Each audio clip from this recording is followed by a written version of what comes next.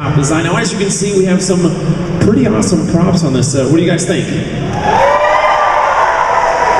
Excellent. I'm sure you want to know all about it. We have some very special guests right now. I'm going to introduce you to them. Starting off is the one and only Alan Gilmore. He is art director for the Harry Potter films and supervising art director for the Wizarding World Parks. Make some noise for Alan Gilmore. Next up, we have the lead sculptor for the Harry Potter movies and theme parks. It's Bryn Court.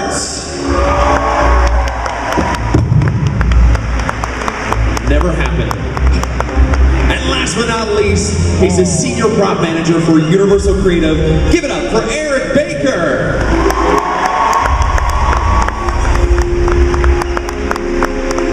Hello everybody, how are you doing coming this morning? It's really cool to share this whole event with you guys. I believe you've all had a brilliant weekend. I think you were all in Hogsmeade last night, had a great time.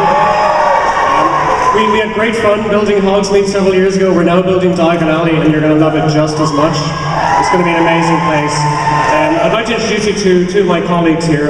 Right beside me is Bryn Court. Bryn is the lead sculptor on all the Harry Potter movies and also the lead sculptor on Diagon Alley. So he is producing some beautiful work which you will see very soon. And again, here we have Eric Baker, who's our props master and design guru for creating some of the amazing objects you see on the stage here today. Let you guys introduce yourselves. Well, my name is Eric Baker. I'm senior prop manager, as I said. I started out in the film business for about 20 years, and then I moved into theme parks with the first round of Harry Potter. And it's been an amazing, long experience. And taking the things that were built for the movies and turning them into things that will last forever in a theme park has been a huge challenge, and that's a little bit about what we're going to tell you guys about today. Hi, my name is Bryn Court. I was the sculptor in all the movies. We were there at the start when Stuart designed it, and we worked with him to create all the lovely, wonderful things that you guys love in the movies.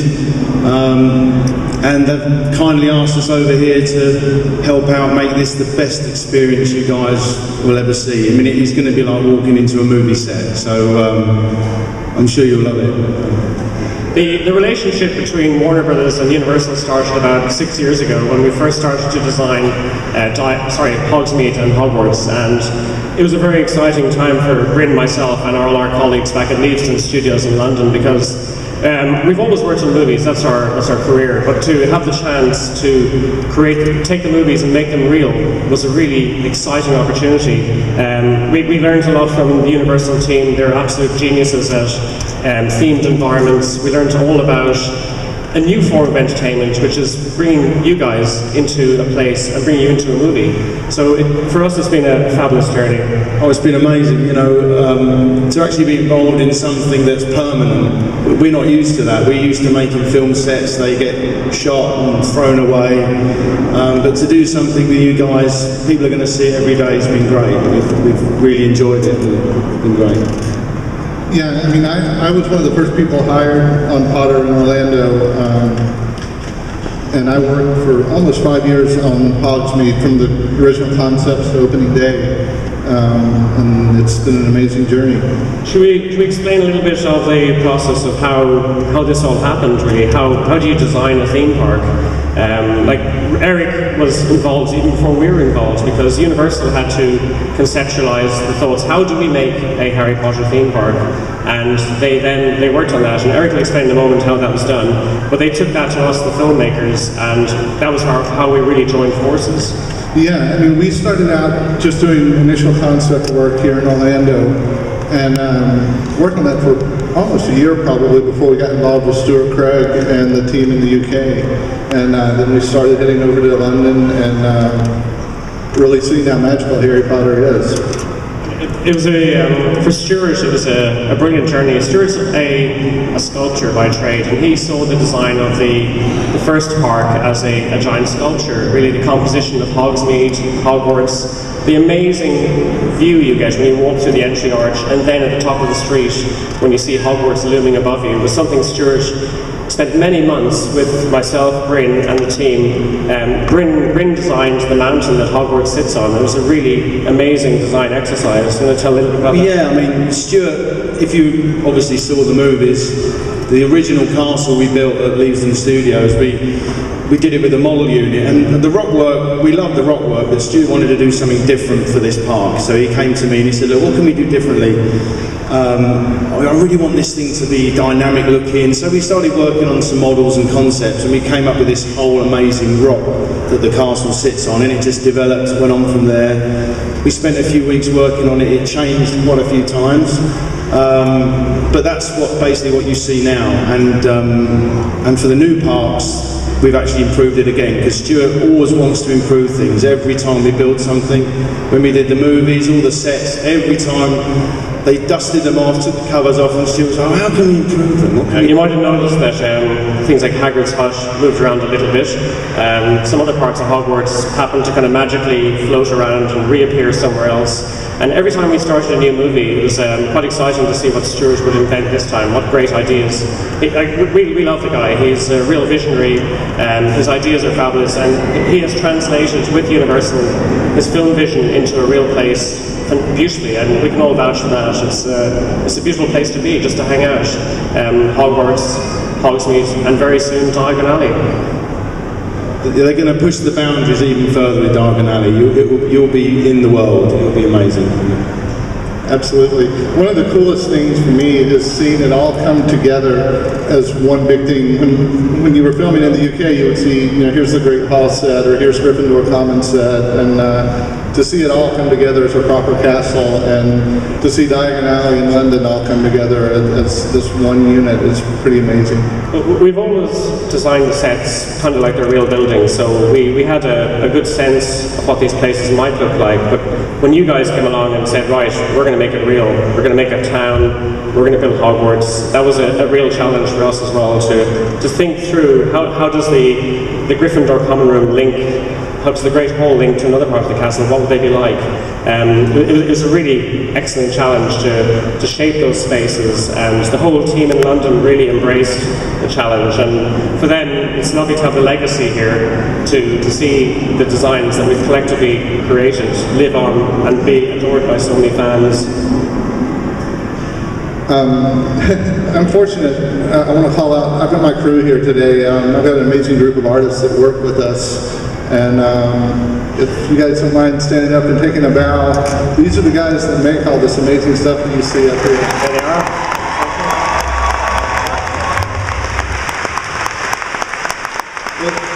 Everything they do is to be as good as or better than was seen in the movies.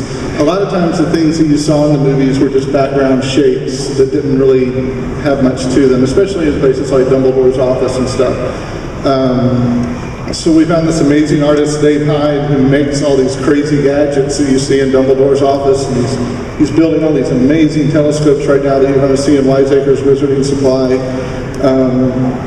I mean, my whole team is the most talented artists that I could ever ask to be together.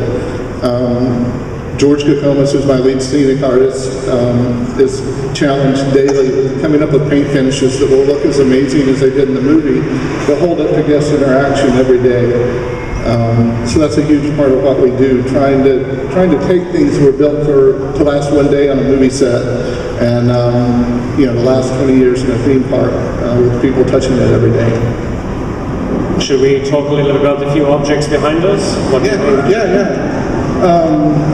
Over here, first of all, they asked me to bring a few things. I wanted to bring the biggest things that we have for Diagon Alley.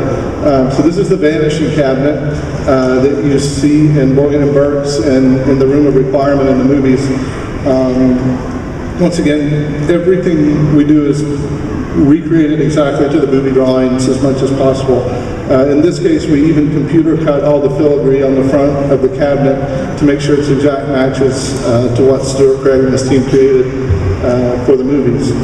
I've been pushing George, your painter, very hard, and George is a brilliant guy, but I think I stress him out every so often with the rigorous pushing of the levels of detail, and when you guys get to visit this cabinet in Diagon Alley, you will see up close how beautiful this object is. He has done an amazing job. Yeah, absolutely, absolutely. Next up over here, we've got a 9-foot tall suit of troll armor. The troll armor was just seen very, very briefly in the movies, and we're going to be able to feature it in our blacksmith shop in Diagon Alley. And this is a real hand-hammered suit of armor. There's no molding, sculpting, or casting. Every piece on it was hand-hammered with an anvil, just as you would build a proper suit of armor. And then the last thing on the right down there is an actual blackboard that was used in the dark arts classroom in the Potter films. And Warner Brothers has generously given it to us to put into our castle.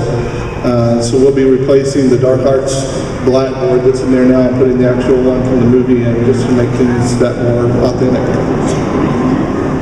And you've got something tucked around the corner there, I think.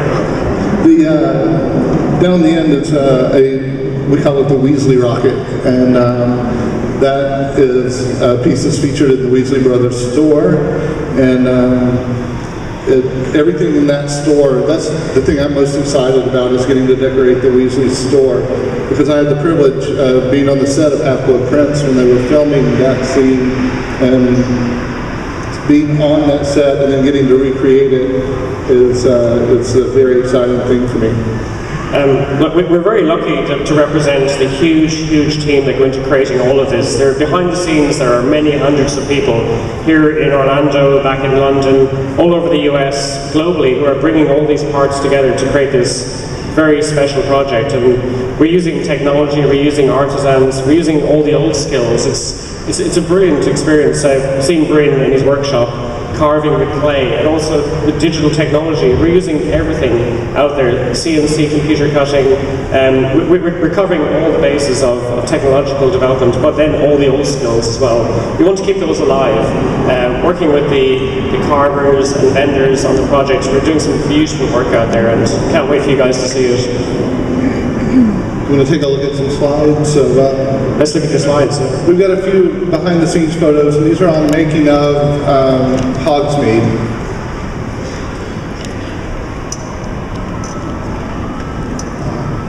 All right, first off, this is the Chinese licorice man that's in Honeydukes. This is the very early rough sculpts of them. The Chinese licorice man is probably my favorite piece that my amazing crew built for the first round of Potter. And it's also a very special piece because Pierre Bohanna, who was the lead prop fabricator on the Potter movies, his father fabricated the original Chinese licorice man for the movies, so it was one of the last pieces that he built before he passed away. So it was very important to me that we be exactly spot on with everything we did. This is the licorice man after it's been painted and in the final stages. This is one of the goblins being sculpted out of clay for the Chinese licorice man. And you can actually see a little bit of one of the golden eggs behind his right ear. And then this is the finished product in the store. And it's these guys up there that did it, not me. And again, every detail is rigorously pursued to the absolute degree where it replicates the film detail. So we push very hard, and we push each other. It's a real kind of team effort, and the guys have delivered so well. Normally, in the theme park business, you would farm out to a scene shop or something, all the props and sets to be handled by an outside vendor. But with Potter, we brought it all in-house, and my entire crew are working directly, for Universal Studios, and a piece of their heart is in everything that they make. This is the Weasley Brothers car, as we were flying it on with the help of a forklift. This, once again, Warner Brothers was gracious enough to loan us one of the cars that was actually used in the film. So the Weasley car that you see out at the Dragon Challenge Q is one that was actually used in the film. This next piece, Bryn may want to talk a bit. I recognise this.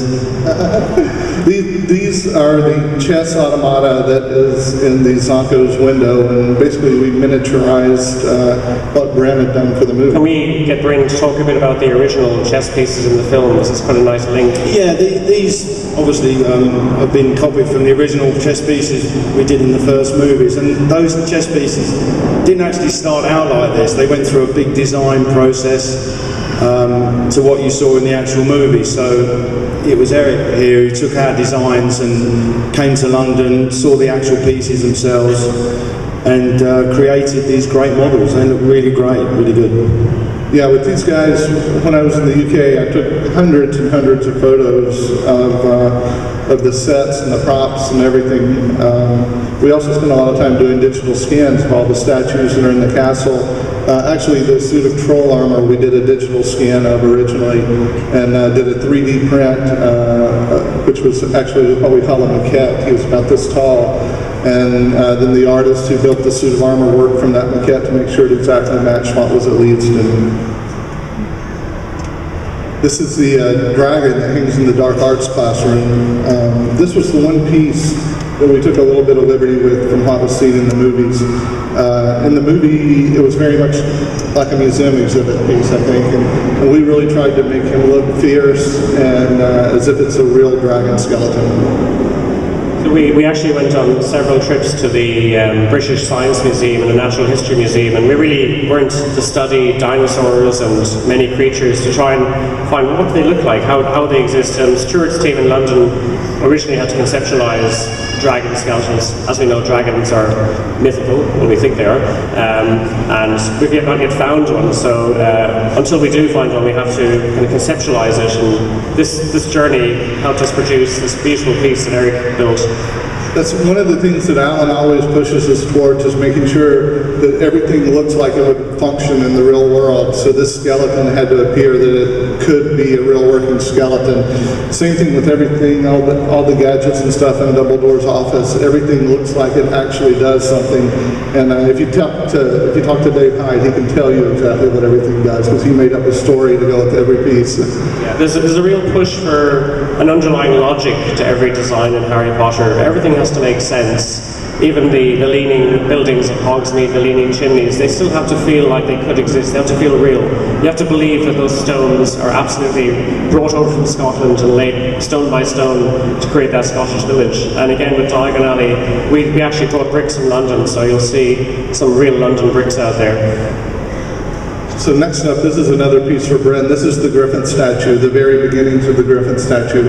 And once again, we did a digital scan, the actual prop from the movie, and then we had it all CNC computer cut, and then it was finished out by hand. So this is the Griffin in the fiberglass phases, once it's been had all the hand sculpting applied. And then this is Eric Hunt, who's one of our creative producers, as they're beginning to paint the Griffin, and then this is the final piece before it was installed into the castle. One of the huge challenges with the Griffin was the chamber that he goes in was being built here on site while we were building the statue off property. Nope. And he literally fit within a 1/16 of an inch into the chamber. Bryn was involved in the original Griffin back in the movies, weren't you? Yeah, that's right. I remember this well because I got a piece of paper about so big with a little sketch on it, and one of the art department runners came and said, "Stuart's just sketched something. He wants you to look at this. Can you do a little model of this?" And I said, "What's this?" And I ended up doing a little model of it, and then he came down and explained it. And it was a challenge because in the movie, Harry steps into the staircase and this thing spins round. And those wings were like this far away from the set, each side. And they said, "You sure they're not going to hit the sides?" That's the set there. So, this is the actual piece at Leedston. That's right. It was a typical Stuart Craig whim where he thought, how can we make the staircase to Dumbledore's office more interesting? I know. And he came up with this idea, and that's his genius, isn't it? Yeah, he used to come up with a very ordinary moment and makes it extraordinary by creating this very quirky detail. And this happens throughout everything he touches. So we're fascinated by what he'll come up with next. We're always waiting for the next challenge, and they will be a challenge. They'll give us headaches. Oh yeah. We love solving them. We always go, well, what's this now? What have we got to do now? And then he'd explain it. We go, oh, okay. All right, let's do that. So. This is a quick shot of me. We always have fun at my shop, and this was one day Warner Brothers sent us a crate filled with props from the Potter movies, and so this is me celebrating in victory and showing off the new props that we've gotten from Warner Brothers. It's always exciting when we get anything from them. It's like Christmas Day for me all the time.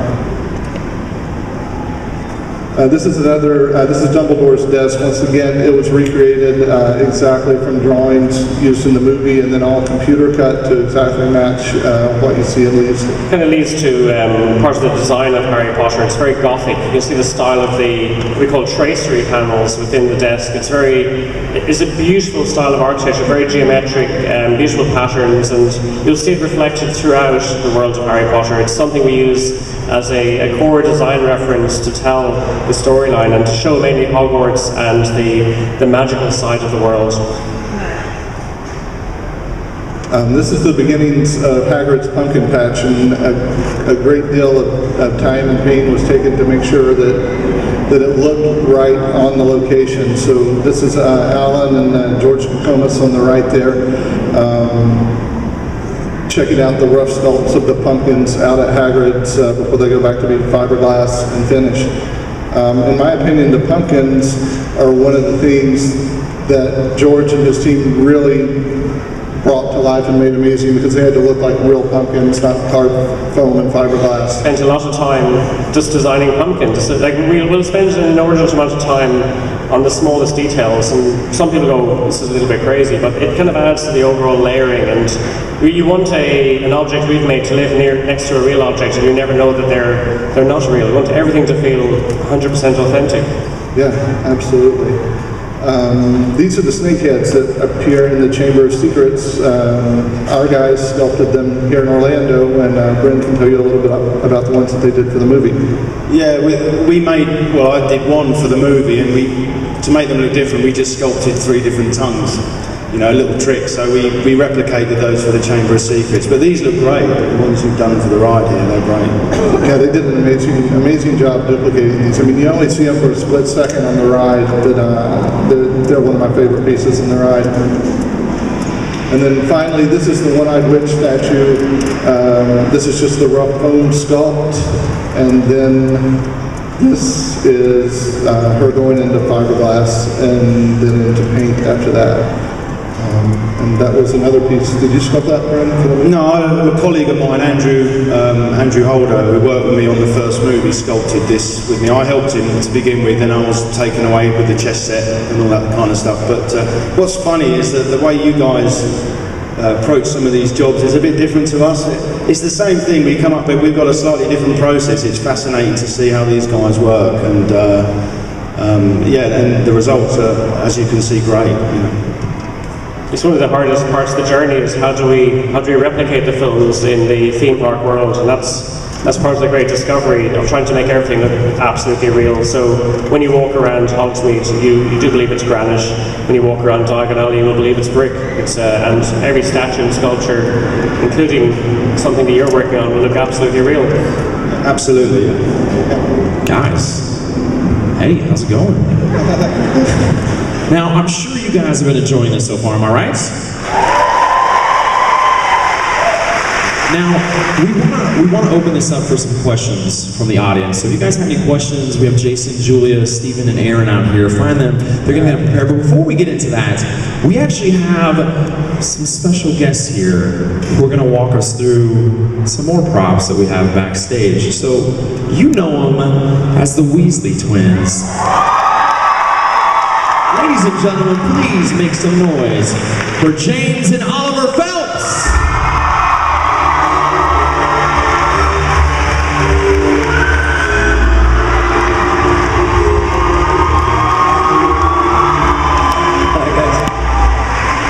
So this is a perfect example of pieces that were taken from the movie and turned into things to use in the theme park. The one on the left here is an actual prop from Leaves Studios, and it's basically a plush. It's all foam. I mean, you can move it, bend it, and then to put it in the parks here and have it last forever, we had to make them out of a solid fiberglass and make them so the covers can come off and be cleaned. And so it's just, the type of stuff that we have to think of every day in what we do. But also I wanted you to see how exact we are at duplicating everything from the films by putting 2 pieces side by side. Can I ask the guys if they're quite excited about opening their new store in Diagon Alley? Yeah? Yeah. Can't wait. Yeah, it was fantastic. So when we had a look around it yesterday morning, it's still hard to imagine how it's going to look when it's all dressed and everything, but just the sheer size of it just blew me away. It's going to look exactly like the movie set. Yeah, just like the movie set. Yeah, it's cool that we can actually see the full. You can actually do a lap, as opposed to at least when you go diagonally, you've got to come back the same way because there's no way out. So yeah, it should be fantastic, especially seeing the joke shop in there. For the Weasley Brothers store, we went back to the vendors in the UK who built all the original packaging that was seen in the movies. So everything, once again, has been built by the original people who built it for the movies, incorporating the beautiful artwork of Mina Lima, Eduardo and Mira. Because to be the Weasley store is really a gallery of their work. I mean, it's an amazing place. Excellent, guys. Thank you so much. Ladies and gentlemen, give it up for James and Oliver.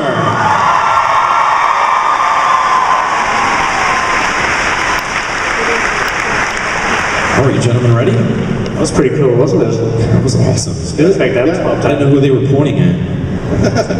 What's going on? All right, we're gonna start this off. And first, here's what I want to do. I'm gonna kick this one off. Jason, hang on real quick. I want to ask you guys a question. Now, there's a lot of crazy props up here. Do you ever get attached to some of those? Like you work on them for so long. Do you ever just get attached to something? You're like, no, don't take it. And if you did, what was that prop? I get attached to everything, really. I love it all. I'm a terrible hoarder. I want to bring it all home with me. Except my house in London is so small, I'd never fit any of this in. You would just be like... I'd have to squeeze through. But yeah, creating every object is, it's a brilliant journey, and seeing the team and Eric's team and all the various vendors bring it together it's a beautiful place. But then to actually place it in the park and in Hogsmeade, Hogwarts, Diagon Alley, that's the moment you know it's home. That's where it should live. So you have to let go at that point and walk away and let you guys enjoy it. Did you ever walk through there like, I miss you? Absolutely. I have photographs I look at every night on my phone. Night night props. Night night. All right, Jason, you got a question out there. Hey guys, I'm here with Michael from Minneapolis. Guys, thank you very much, and I got to say the place is, on a theme park level, some of the greatest work that's been put together.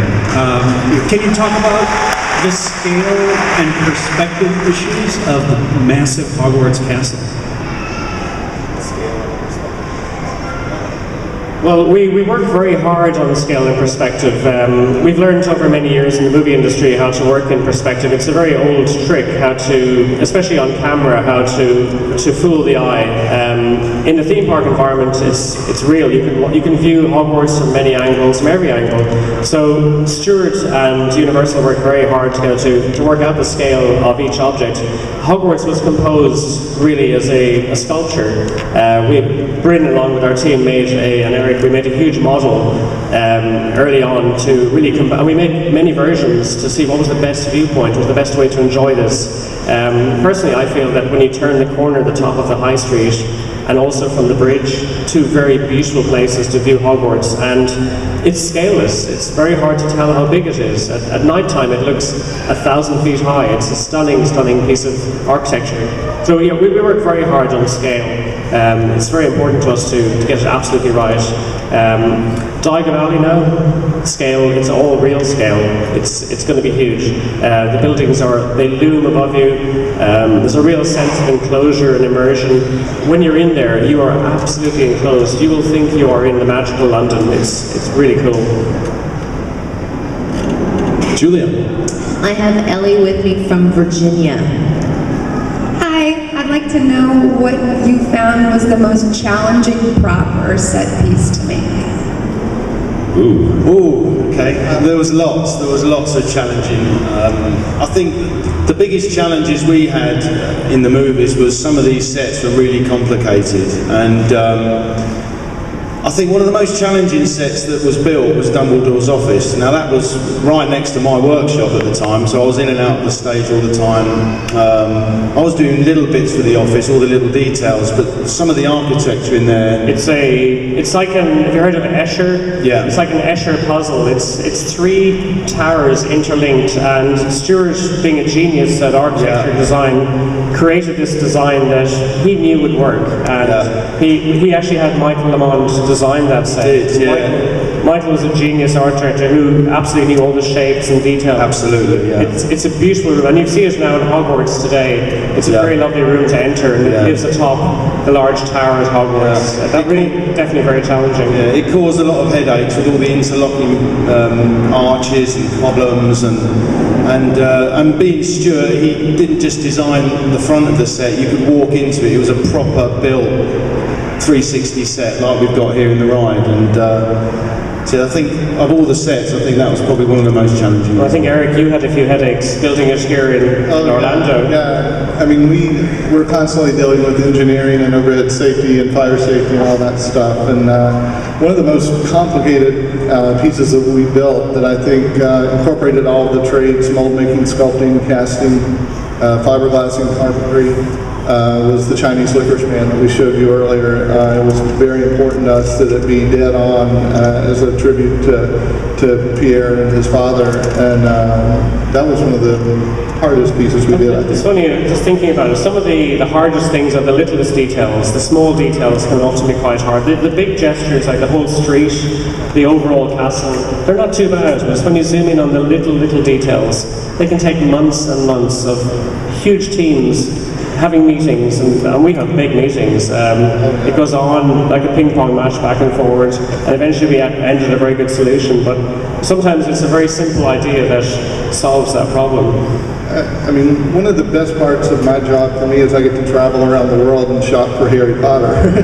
And I get to go to the UK a lot, and I have a great crew. I work with Rosie Goodwin, the Oscar-nominated decorator from Gravity. She was the assistant decorator on Potter, and she works with me a lot on the UK. We should mention Stephanie as well, Stephanie, who was an amazing set decorator for all the films, who sadly passed away recently, but she was an inspiration for all of us. She gave us an amazing insight into quality and detail. Her partnership with Stuart was really the ultimate partnership in creating this whole look that we strive to recreate today. I mean, Steph was amazing, and that she took me under her wing and really taught me about Potter and how she looked at things with Potter. Pretty cool. Very clean and clear eye, and it's just an education. I went to college, I studied architecture 20 years ago, but my education in Harry Potter is never ending. I feel I'll be learning forever, really. There's so much to learn and understand and learn from these guys.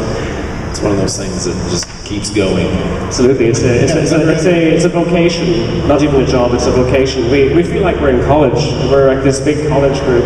We're kind of hanging out together, and we love what we do. We're so privileged, and we love sharing it with these guys.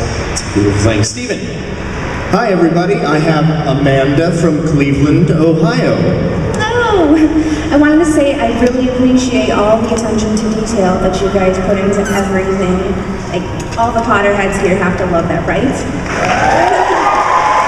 I was wondering how much you guys drew from actual Scottish villages when creating Hogsmeade, because I really felt like I was there. I mean, I would have loved to apparate there instead of having to fly on a plane, you know, Muggle transportation. But where did you guys get all this inspiration? Any specific places? It's a combination of many places, really. Like, Scotland has a lot of the architectural details you see there, but really it's Stuart creating this special, unique place, but he absolutely sourced real environments. Well, yeah, I mean, Stuart came, obviously had the original idea. He'll come up with a concept, but then he'll draw on real places. So everyone was travelling all over the UK to visit locations, to take impressions from real stone walls. We had teams going all over the place to make this authentic, and so everything you see in the land has been inspired by real life, and that's what Stuart has always done with these films. He's made sure that it's believable. It's fantasy, but it's believable fantasy. If you go to the Owlery, old English and Scottish towns had medieval gathering buildings which were up on columns. That's where they had their market. Yeah. It's probably the origin of the modern day hall. I mean, you can go to cities in England like York, and you can be walking down the street and you go, hey, this looks a bit like Diagon Alley. It's because it's based on real places and real buildings. And buildings really do lean and wonk like that over there. I can vouch. They were very badly built, I think, years ago, weren't they? Yeah, you see, York is a city in England where there are many beautiful leaning buildings. So we studied those for how do they lean, what happens to them. So what you see there is actually very authentic. We've pushed it a little bit with the chimneys, snake and twist, but it's quite beautiful. It's sculpture. One of the best things when we started work on Diagon Alley was we went out into London with Alan and Stuart, and they were able to show us physically in London how things should look, and say, this is the Pantages Theatre, and just seeing these buildings in real life really aided us in being able to authentically recreate everything. Now at Diagon Alley, we're doing the same thing, where we've done the London tour many times. We've studied the real places. We've studied where all the filming took place. Where did the night bus travel through? All the iconic spaces in London that Harry and the other students would have come from and visited. Erin? All right, with our next question, we have Cherish from Jacksonville, Florida. Hi, I was wondering, what did you learn about making a Hogsmeade that you improved upon in Diagon Alley? Wow, that's good. Well, I think it's we've often heard that the challenge is to raise the bar, to do even better than the first time. Hogsmeade was pretty perfect. It's pretty cool. Hogsmeade is a cottage village though, so it lives in the open landscape. London is a very dense city that's developed many layers over 1,000 years, maybe longer. So we had to try and recreate that environment, and Universal initially provided the concept because they had to obviously make it work for guests. So with that very clever design concept, we took that and we pushed it even further, and we created this very layered, very beautiful environment where we have many magical spaces. I described it the other day as a maze crisscrossing itself, and that's probably the only way I can describe it, because there's so many different pathways, like a real city. If you go to London, London is an amazing place. The longer you're there, the more you discover, the more ways you find to go between various places, and that's what Diagon Alley is trying to achieve. And Eric and his team, Bryn, and all the guys here at Universal have really pushed hard to replicate that feeling. Yeah, I mean, it's the attention to detail that really made Hogsmeade a huge success, I think. I mean, I love it when I go out in the park and all you guys are there with your cameras taking pictures of every single little detail that we put in the park. And that's why we've tried to take up to another notch with Diagon Alley, because it is layers upon layers of pieces that really make that world come together. I'm going to say to Bryn, when you guys eventually visit Diagon Alley, you will see many beautiful little details. It's all about little details, and they're the items that Bryn is creating. So take a lot of time when you're there to really look up and look down and look in corners. You'll see some beautiful little pieces, and some very big ones as well. Yeah, there's one of them you won't miss. So that's a good thing about something like that, though, is because in the movies, you work on those things, and a lot of times the camera pans so fast, or you're only in there for a little bit, so some of those details that you spend months or years on sometimes gets overlooked. But in a place like this, you can actually sit there and go. Yeah, absolutely. Yeah, I mean, you find in movies we work on lots of detailed pieces, and in some films you very rarely get to see those.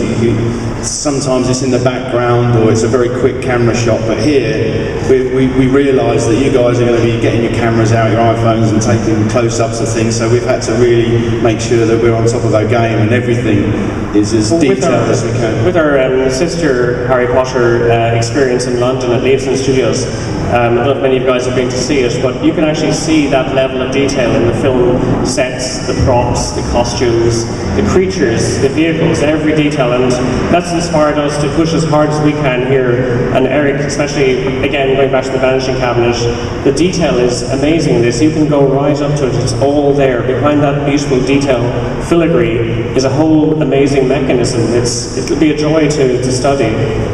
And I mean, a piece like this, the locking mechanism, for instance, there were no drawings of it. The effects guys on the movie just created it. So my team had to work for weeks and weeks from photographs to recreate it exactly, but they've done an amazing job with it. Very nice. Jason?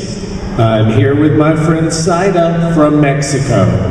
Hi guys, first, thanks to you because you bring all Howard's thing to the reality so we can stay here.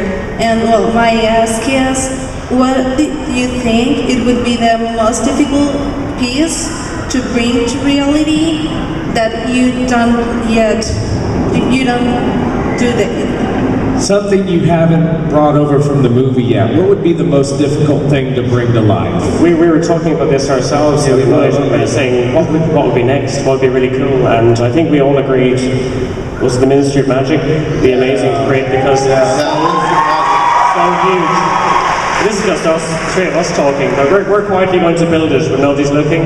But it's just vast, it's absolutely vast. I mean, if you go to the museum in London, if any of you are lucky enough to get over there, we've actually set up a Ministry of Magic exhibit, so you can actually walk it. It's not as big as the Ministry of Magic, but we've got the stuff that we sculpted and built. We've got elements of that there, so if you guys get to go over there, you'll see some of that anyway. I gotta say, even though that would be like one of the harder ones, it's gotta be one of the more fun ones to work on, like to create that realm. Oh yeah, it was a huge set. I mean, it was a big challenge for everybody, just in the size of the set, everything went into it, all the work I had to put into it with the sculptures and the gold statues and all that stuff, but everyone came together. We've got Paul Westcott over here at the minute. He's the lead painter on all the movies. He's actually helping us paint the land, so this is how authentic that Universal have really gone out of their way to make sure we're all involved. But he painted something like 5,000 tiles for that set or something. He had like 4 paint shops set up, and each one of these tiles had to look like real ceramic tiles. That was the level of detail that Stuart required, and it was a big challenge, that set, wasn't it?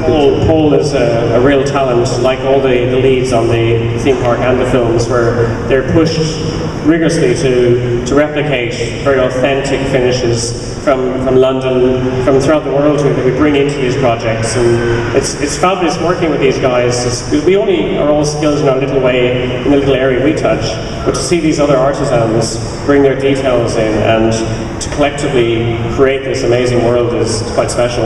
No, it is. And to work with these guys, obviously a lot of them have worked in movies and TV, like Eric has, but a lot of the guys that are working in the land haven't, and us coming out, it's been fascinating working with them, and it's been a joy and a pleasure working with these guys, and they've really made us feel welcome. It's really been good. Julia? All right, I have Robert from Phoenix with me, and this will be our last question. I was part of the crew that founded and went back to Tunisia and rebuilt Luke Skywalker's set there this last couple of years. So I understand the problems of taking a film set and converting it to modern. And one of the questions I had for you guys is, have you guys been documenting this process? Will there be a more in-depth book of what you've gone through to take this from something on set to this, so that some of us could really delve into the minute details of how you did this? It's a really nice idea, that it's something that's done quite a lot. And we actually do document everything as part of our process, and it's a lovely idea to sometime hopefully share this journey with you guys. To kind of, like, you've seen a small taste of it this morning through Eric's slides, but it's really very similar to the experience you would have had at the film sets, where it's a very staged, beautiful journey where eventually you end up and suddenly it's there. And it'd be great to share that with you guys. So let's see. Let's hope that happens. Yeah, it's quite a different process bringing, with films, we've got books already. I think Page to Screen is the Harry Potter, making of Harry Potter, and there's a Wizarding book, I think. But to bring that into the theme park world to something that's permanent is another matter, isn't it? It's we don't want to give all the magic away. We want you guys to feel absolutely real. And when we brought our magic wands with us, it is real. Yeah, we had magic wands, didn't we? From the we have our own special magic wands. Absolutely. Yeah, definitely. I mean, I've got a great group of magicians who works with me every day to make all this happen. And I mean, we do it for the fans. It's for you guys, because we're fans, and we want it to be perfect.